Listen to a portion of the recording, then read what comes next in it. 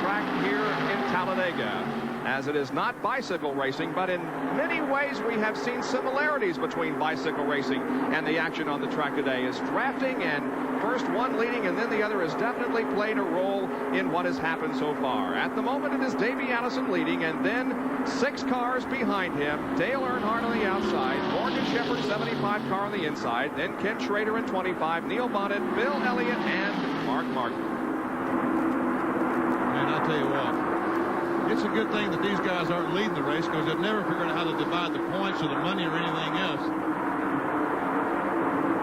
And Robert Yates, the chief wrench on this leading car, number 28, driven by Davey Allison. Jack Arute is with him. And already they're beginning to calculate fuel mileage. And Robert Yates, you figure that you're going to need 1 full can in the next stop. Is that correct? Well, we'll need to be about 8 to 10 gallons, but the important thing is to pit with somebody that's quick. You know, if you pit a little bit early, and you're going to lose 3 or 4 mile an hour out there by yourself. Okay, who's your choice if you've got to pit with somebody? Who do you want them to pit with? All these guys that are up front, they're pretty good. Morgan seems to be awful strong.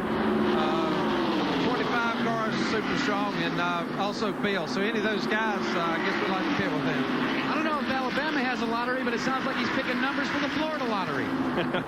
And don't forget, on lap number 149, we'll have the tire rule in effect, and that means that you can't switch brands. Davey Allison leads, and while we have the opportunity here, let's mention some other winners in recent competition. Tommy Ellis, the winner at South Boston last night in Busch Grand National competition. Also last night, closer to home, or closer to where we are, in Birmingham, Bobby Donner won the All-Pro race. And yesterday, an exciting race here at Talladega, the ARCA bumper-to-bumper 500, won by Tracy Letsley.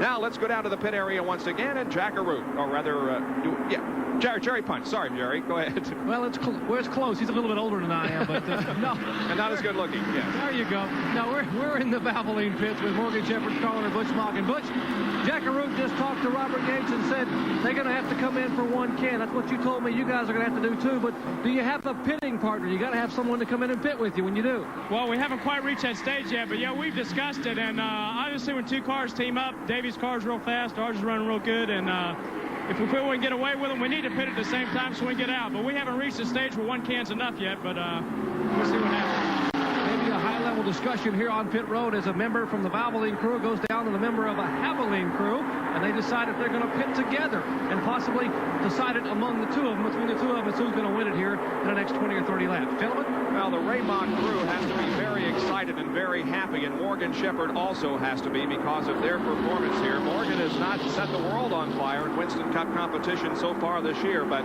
is certainly turning at a strong performance at Talladega. Let me tell you something. 3 out of the 4 cars, Davey Allison, Morgan Shepherd, and Neil Bonnet. Take Dale Earnhardt out because he's won a race. He's run pretty good.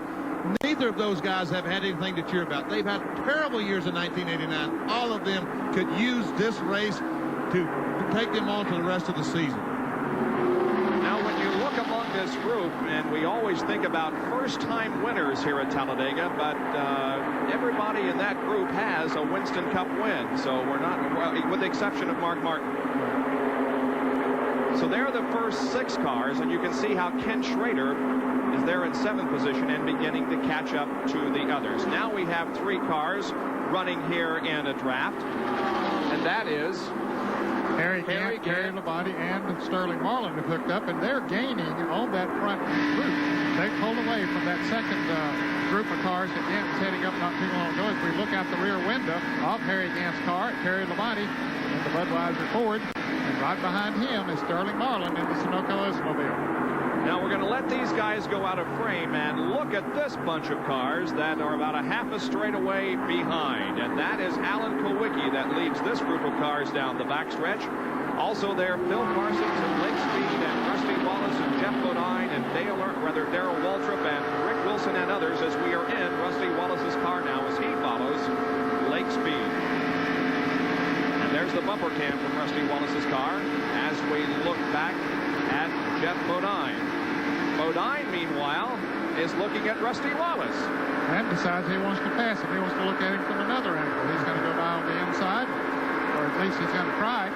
Let us just take a side view. I think he did that for our purpose, so we can look up and take a side view. That's very nice of him. Yep. A.J. Foyt still in the race right behind the Rick Wilson automobile. Kyle Petty's back there. All of those cars in the lead lap. Darrell Waltrip is still in the lead lap. Brett Bodine is still in the lead lap. So is Alan Kowicki. Late speed there is in the lead lap. We have 20 cars. So there's A.J. Foyt there on the left, running with Jeff Bodine. And a week from today, ESPN and yours truly and several others will be at the Indianapolis Motor Speedway for second day time trials for this year's Indianapolis 500. And you can bet that A.J. Foyt will be there. Kyle Petty behind A.J. Foyt. That's the Gary Nelson car, of course, that he is preparing this year. Gary joining us on occasion for our broadcast, but this week devoting full time to making that number 42 Peak sponsored car run for Kyle Petty. Once again with Jeff Bodine. I don't think Ned and I will join you next week, Bob. You're not. No, we couldn't help you too much up there in Indianapolis. Chris Economaki and Johnny Rutherford will be in the booth with me in Indianapolis next week. Jerry Punch with more on spoilers. Well, gentlemen, as they make the final pit stop here in about the next 10 or 15 laps, you're looking at the spoiler. That's the rear plate on the rear deck there on the 42 car that will actually catch wind and allow you to go fast or keep the car planted to the racetrack. Now, in this final pit stop, some of the crews may take an opportunity to push down on that rear spoiler, but they got to be very, very careful. Remember the spoiler rule here at Talladega, a minimum of 20 degrees.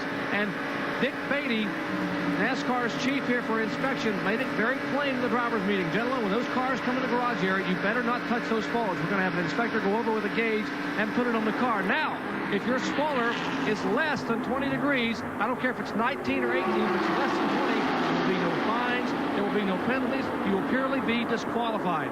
That's a critical, critical mistake to the crew, is make sure they cannot make on this final pit stop. Gentlemen? Well, look at Jeff Bodine, who has taken the high road. Boy, he was way up by the He fence. scared me to death. Man, oh, man. And here comes Darrell Waltrip trailing this group of cars in the number 17 Lumina. Now, if he were to win here today, and it doesn't look good, quite frankly, for Darrell Waltrip, but he would pick up that $100,000 bonus for winning 2 of the 3 races. And, of course, if you win 3 of the 4 races, you win $1 million.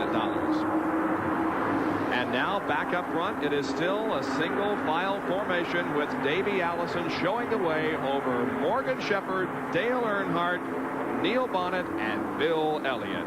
149 laps are complete.